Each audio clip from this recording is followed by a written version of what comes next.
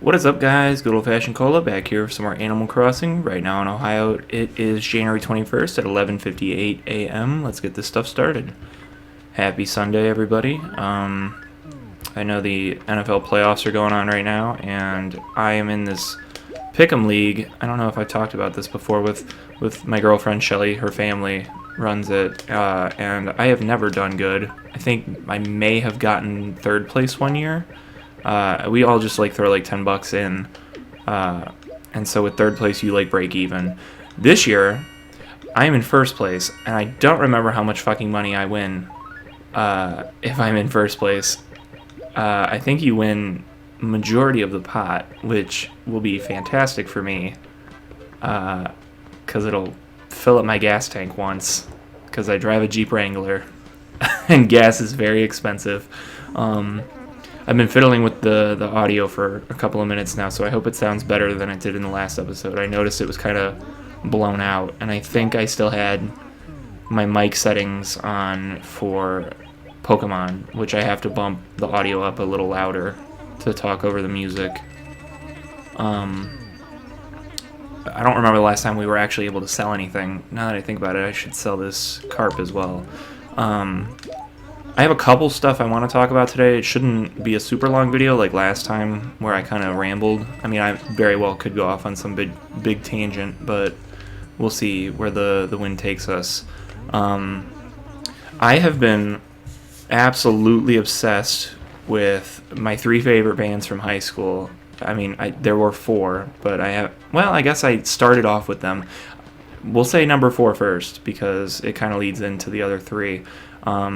Even though I liked the other three before, I liked number 4. Anyways, I'm rambling already.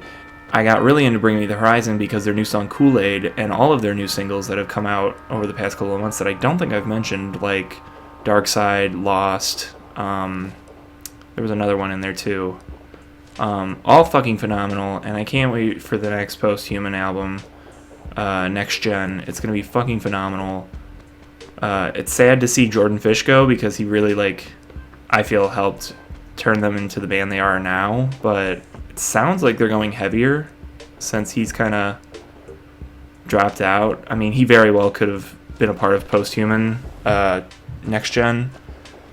I wouldn't be surprised if he helped write and produce a lot of what's on there, but it seems like they're going back towards a heavier style, which is pretty nice, even though I fucking loved Ammo. Coffee break. So Bring Me the Horizon was number 4, but I've been obsessed with Fall Out Boy, Panic at the Disco, and My Chemical Romance, and anybody that's been following the channel for a long time knows that I used to non-stop talk about those bands, and I still do when new stuff comes out. Like, I talked about the newer Fall Out Boy album. I've talked about Panic at the Disco. Did I talk about their breakup? Or Brendan's breakup with himself, really? I don't know if I did. I tweeted about it on my personal Twitter. I was like, high school me would be super fucking bummed right now, but I think it's for the best. We'll always have Pretty Odd. If you guys don't know, Pretty Odd is my favorite album of all time.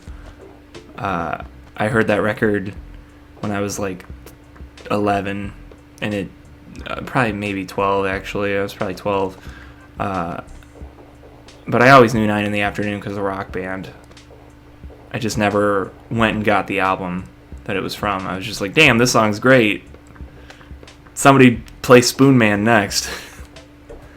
God, I just saw Rock Band 4 ended support. No more DLC for Rock Band 4. I never bought it. I really fucked up because you can't find any instruments anywhere. I would kill if I could get a hold of any Rock Band instruments or Rock Band 4 with the new gen instruments, because I know you have to have an adapter to work with the old ones. I don't know, bro. I'd kill for some fucking Rock Band right now. But anyways, I've been obsessed with those 3 bands. Fall Out Boy's Mania turned 6 yesterday, which totally fucked me up. I was like, I feel like that album just fucking came out a couple years ago. 6 years is not a couple years. I feel like a couple years is 2 or 3. 6 years, you're pushing old. You're like, oh fuck, goddamn. That and American Beauty, American Psycho, which I have talked mad shit on, and as I get older and as I keep listening to that album front to back, I'm like, this album isn't bad. It's just the deep cuts are better than the singles. Jetpack Blues is better than Irresistible. 4th of July is better than American Beauty, American Psycho, the title track. Twin Skeletons is better than Immortals. Like, the singles were very, like, radio friendly. Not that they're bad songs. They're good songs, but it's just, like, weaker for Fall Out Boy, I think, at that point. And I mean, you can kind of say the same for Mania too. Like, I know a lot of people have a problem with Young and Menace. As I've listened to it, it's like grown on me, I guess. Maybe, I don't know, maybe I just have Stockholm Syndrome for the song. I love the album, I love the aesthetic of it, and I love the lyrical themes. But the deep cuts on Mania are definitely better than the singles. Like, Church might be one of their best songs since they've come back from their hiatus. I said it right when the album came out. Like, Church is a phenomenal song. And not to get too far off the Fall Out Boy topic, but I talked about Panic at the Disco. I don't think I said a full review of the album. I think I just talked about when the first single dropped from their last album that they made, or Brendan made. I said, oh my god, this is really good. We So Back. Blah, blah, blah. That fucking album was terrible, and every song sounded the same. I don't know, he really, really fucking phoned it in on that last one. Maybe he had, like, some kind of fucking record deal he had to ride out, and he only had one left, and he was like, fuck it, let's just throw this piece of shit out there. It's not, I shouldn't say piece of shit. It's not a bad album. It's just very samey. I don't do out of 10s, but if I was to do an out of 10 ranking for Panic's discography, it would be probably a 9 out of 10 for A Fever You Can't Sweat Out. There's a couple moments on there where I'm like, Nails for Breakfast is a song I think kind of brings it down to a 9. Pretty Odd, obviously, is 10 out of 10. Vices and Virtues, 10 out of 10. Too Weird to Live, Too Rare to Die. People talk a lot of shit about Girl That You Love. That's a 10 out of 10 album for me. Death of a Bachelor, I'm going to go ahead and just say 9. Maybe, we'll give it an 8. I don't really care for Victorious or Hallelujah. Then probably a 7 for Pray for the Wicked. The deep cuts on that are phenomenal. That's like, it's got Mania syndrome, where the radio tracks are like, alright, you just wanted to get on radio, I get it. But then, like, Old Fashioned, God, that song's my fucking jam, bro. And then the last one, I don't even remember what it was called. Was it called Viva Las Vengeance? That's what the first single was called, right? I'd give it like a 5 out of 10. It's pretty rough. It just sounds like his best, like, Billy Joel impersonation, and it just doesn't hit for me. It was kind of a wet fart to go out on. Have I talked about how, like, the Young Vanes keep posting, like, John Walker and Ryan Ross? When they left the band, they went and started this other band called the Young Vanes. And if you like the Pretty Odd sound and you haven't heard the Young Vanes yet, first of all, I'm confused on how you haven't. And second of all, go listen to the Young Vanes. And also John Walker's own stuff, because his album Connections was such a fucking, like, in high school, I thought life wouldn't get much worse than it did. This is getting dark. I thought life wouldn't get much worse than it was at that point. I don't know. I thought I wasn't going to graduate high school because I just fucking hated everything and everyone. I was a very edgy teenager. And I was like, what's the point of all this shit, man? I'm not going to do nothing with my life. And now I almost have a fucking master's degree. Not to flex, but I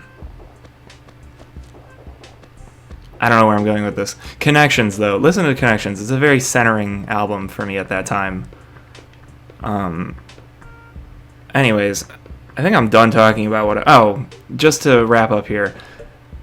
Go listen to all those bands again, because they're phenomenal. And even I, who have spent the past 2 years listening to nothing but new metal, can still appreciate those bands and still love every project they've put out somewhat. But just to close out here, Green Day and Neck Deep are the first two new albums I've listened to this year. And if that's an indication of what we're going to get this year, I think this might be a good year for pop punk, which I haven't had in a couple of years. I feel like everything's been kind of phoned in. Neck Deep sounds the best they've sounded in a while, and so does Green Day. I mean, Green Day is never going to hit the tops of, like, American Idiot again, but they can definitely be better than, like, what was the album? Father of All Motherfuckers or whatever? That album, that was very forced. Look at us, we're garage punk. Like, that was a piece of shit. I can call that a piece of shit. But Saviors is pretty good. I wouldn't even say it. I mean, it's not their best. It's not Green Day at their best. It's not even like Revolution Radio good. Like, I thought that was a really good album, and I've heard people talk shit about that one too. But go ahead and give those two a listen for yourselves. Let me know what you think. I'm Good Old Fashioned Cola. Thanks for joining my emo TED Talk, and I will see you guys back here next time.